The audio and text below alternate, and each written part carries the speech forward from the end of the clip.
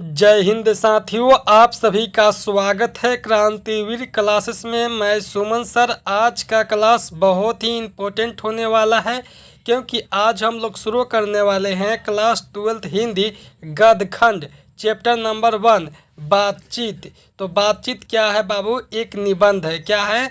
एक निबंध है। लेखक का नाम है बालकृष्ण भट्ट।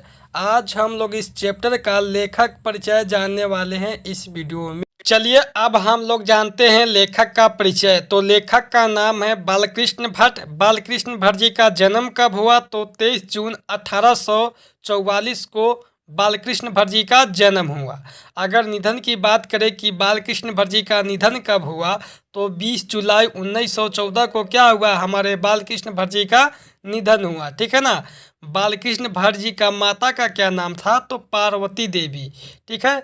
बालकृष्ण भट्ट जी का पिता का नाम पूछे तो बेनी प्रसाद भट्ट।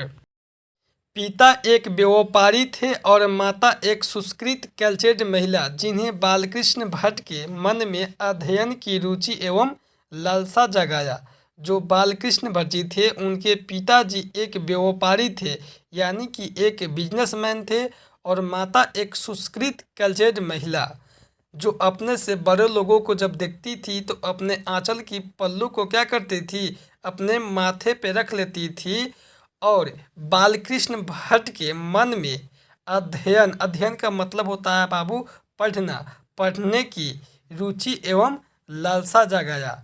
बालकृष्ण भट्ट जी के मन में पढ़ने की लालसा कौन जगाया? तो उनके माता जी पार्वती देवी थी। वो क्या किए? बालकृष्ण भट्ट जी के मन में पढ़ने की लालसा जगाए। ठीक है ना। चलिए अब हम लोग जानते हैं बालकृष्ण भट्ट जी का शिक्षा। तो प्रारंभ में स्कूल का अध्ययन 1867 में प्रयाग के मिशन स्कूल से इंट्रेंस की परीक्षा दी। देखिए, जो बालकृष्ण भट्ट जी थे वो प्रारंभ में स्कूल का अध्ययन 1867 में प्रयाग के मिशन स्कूल से इंट्रेंस की परीक्षा दी। अगर आपसे कोई पूछे कि बालकृष्ण भट्ट जी 1867 में प्रयाग के मिशन स्कूल से कौन सी परीक्षा दी, तो आपको बताना है एंट्रेंस की परीक्षा दी। चलिए अब हम लोग जानते हैं बालकृष्ण भट्ट जी का वृत्ति। तो 1869 से 1875 तक प्रयाग के मिशन स्कूल में अध्यापन, मतलब बच्चों को पढ़ाए। 1885 में प्रयाग के CAV स्कूल में संस्कृत का अध्यापन किए, यानी कि बच्चों को क्या किए? 1885 में प्रयाग के CAV स्कूल में संस्कृत को क्या किए? बच्चों को पढ़ाते थे, संस्कृत विषय को। ठीक है ना। चलिए उसके बाद 1888 में प्रयाग की कायस्थ पाठशाला इंटर कॉलेज में अध्यापक नियुक्ति हुए। मतलब 1888 में क्या हुए? बालकृष्ण भट्ट जी प्रयाग के कायस्थ पाठशाला इंटर कॉलेज में अध्यापक नियुक्ति हुए, यानी कि हेड मास्टर बने। ठीक है ना। उसके बाद किंतु उग्र स्वभाव के कारण नौकरी को छोड़नी पड़ी। जो हमारे बालकृष्ण भट्ट जी थे वो क्या थे? उग्र स्वभाव के थे।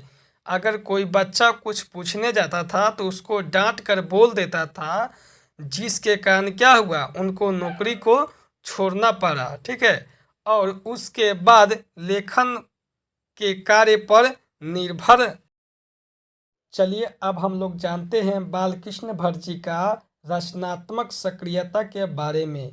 तो भारतेंदु हरिश्चंद्र की प्रेरणा से हिंदी वर्धना सभा प्रयाग की ओर से हिंदी प्रदीप नामक मासिक पत्र निकालना प्रारंभ किया। इसे वे 33 वर्षों तक चलाते रहे। कौन चलाते रहे? तो बालकृष्ण भट्ट जी क्या चलाते रहे? तो भारतेंदु हरिश्चंद्र की प्रेरणा से हिंदी वर्धनिका सभा प्रयाग की ओर से हिंदी प्रदीप नामक मासिक पत्र निकालना प्रारंभ किए। इसे वे 33 वर्षों तक क्या किए? चलाते रहे। चलिए इसके बाद हम लोग जानते हैं बालकृष्ण भट्ट जी ने 1886 में लाला श्रीनिवास दास के संयुक्ता सोमवार की कठोर आलोचना किए। कौन किए? बालकृष्ण भटजी ने 1886 में लाला श्रीनिवास दास के संयोजकता स्वयंवर की कठोर आलोचना की। चलिए अब हम लोग देखते हैं बालकृष्ण भटजी के उनके प्रमुख रचनाएं उपन्यास।